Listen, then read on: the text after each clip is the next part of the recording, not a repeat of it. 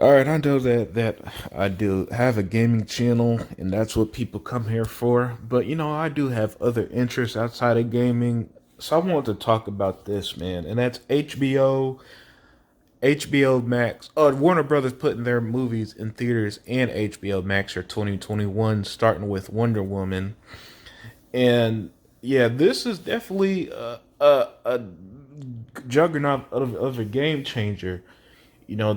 And this was all thanks to the pandemic. As because we're in the content wars with these streaming services and services in general, where there's this battle for subscriptions, and not only do they want your subscriptions, they want you to retain it.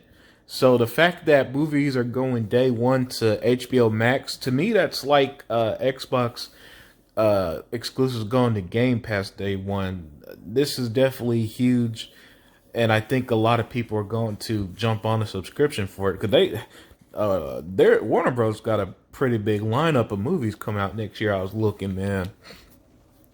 So yeah, this is big, big, big, and I think it's going to be interesting.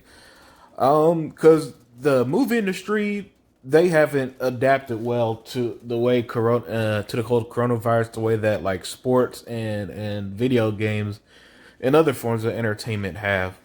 While a lot of sports leagues have done things like in the bubble, have the bubble like for the basketball and hockey, or the NFL and baseball, how they manage their seasons and are getting through it.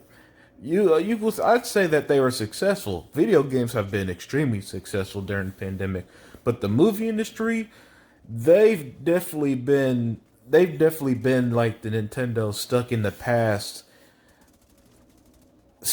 with their business practices. And it's nice to see Warner Bros. Catching up with HBO Max.